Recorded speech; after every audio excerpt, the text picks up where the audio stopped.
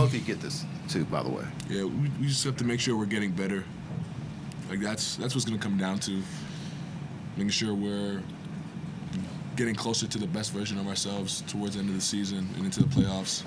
And that's when you want to be the best version of yourselves, and that's what we're focused on. The process more so than the outcome, I would say. Mark calls it sharpening our blade. You're not playing.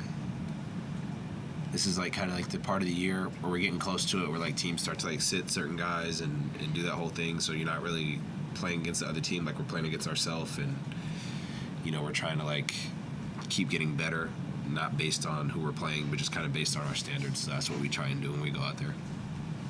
Shai, last year you guys were one of the best turnover-generating teams in the league. Hasn't changed. Again, this year it's the same, but it seems like it's gone up a level. Why do you think that is such an important part of, I guess, your guys' scheme defensively and just overall, I guess, philosophy to sort of win games?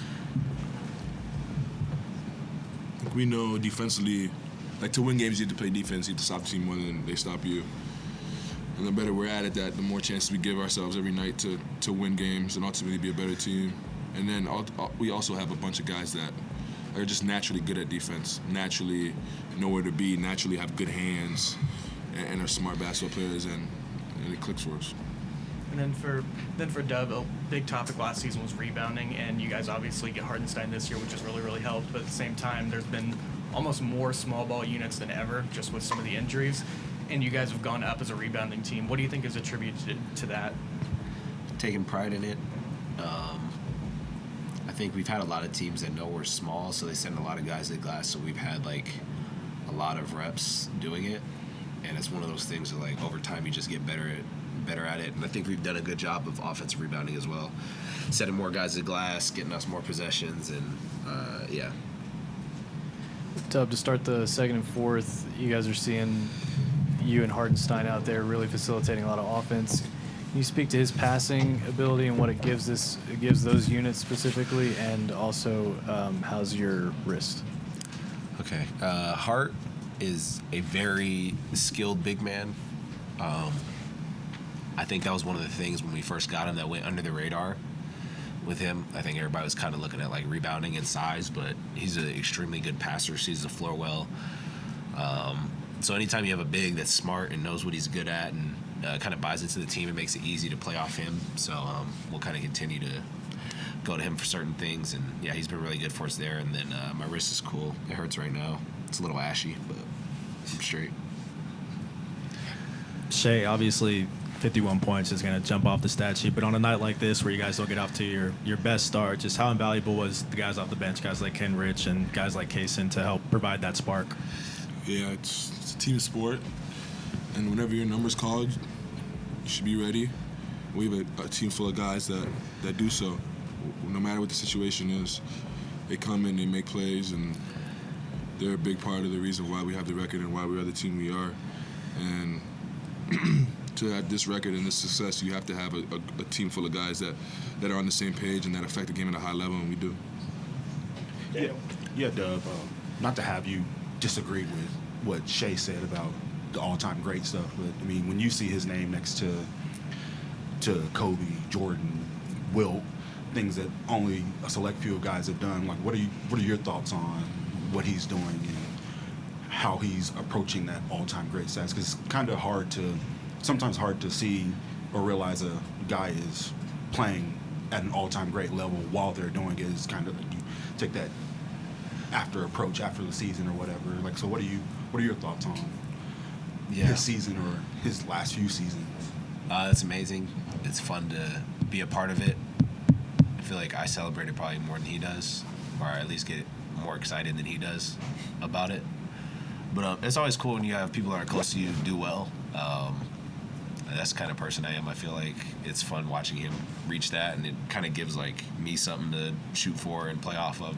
And yeah, when you have a blueprint that close, it's good to like watch and learn and see what he's doing. And something that like I don't take for granted. Obviously he doesn't as he pushes towards it, but it's very cool to watch that transpire in real time, because not everybody gets the opportunity to be around somebody like that. And like he said, not everybody gets the opportunity to even have those numbers. So it's pretty cool to be around.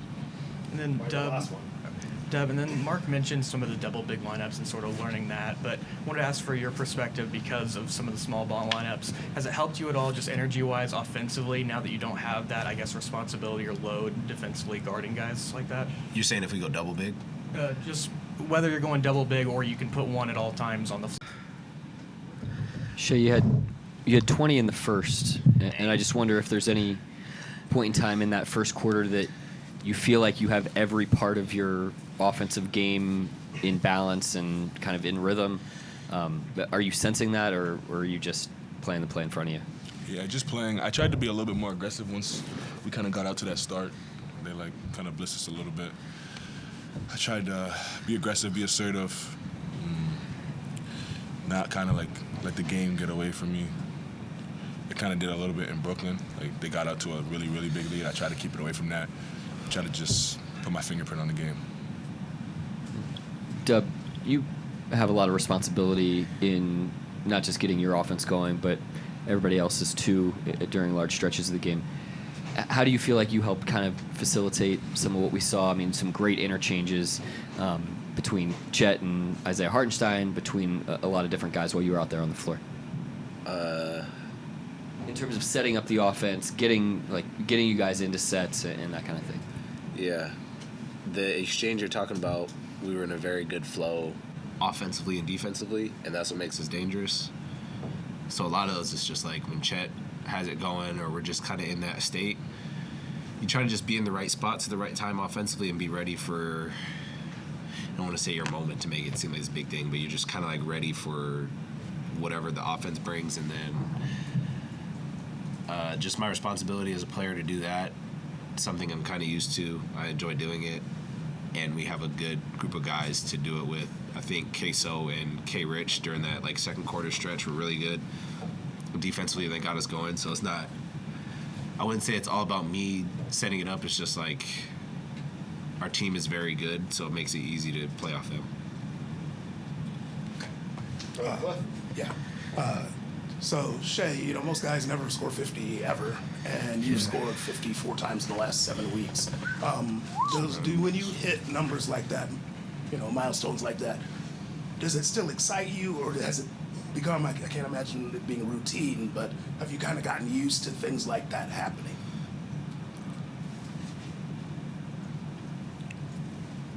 A little bit. It becomes, it's not. You can say it's not as exciting as the first one, but it's more like getting lost in the process of just competing and playing the game you love, and then wherever that takes you, it takes you. It's gonna be different for everybody. Not everyone could be Michael Jordan, you know what I mean? No matter how much work you put in, there has to be a Michael Jordan, and I'm just getting lost in the process and having fun with it, whether it's 50, whether it's 27, whether it's 17, as long as we win, I have fun with it. It's a fun night. Yeah, Shai, long question, so bear with me, but this is another night where your name is next to some all-time greats, and anytime you're asked about being next to those all-time greats and how you feel about it, you mentioned how you don't feel like you're there yet because you haven't won, but there have been quite a few guys over the history of the game, LeBron, Jerry West, Shaq, KD, that have been seen as all-time greats before they've won. And I assume you mean by win, you mean a championship. So what is it that makes you feel like you have to win a championship before you're seen as an all-time great? That's a good question. For me, I just think you play the game to win. You don't play the game to score a bunch of points. You don't play the game to get a bunch of rebounds or assists or steals, for stats. You don't play for anything besides to win. And that's what it's all about.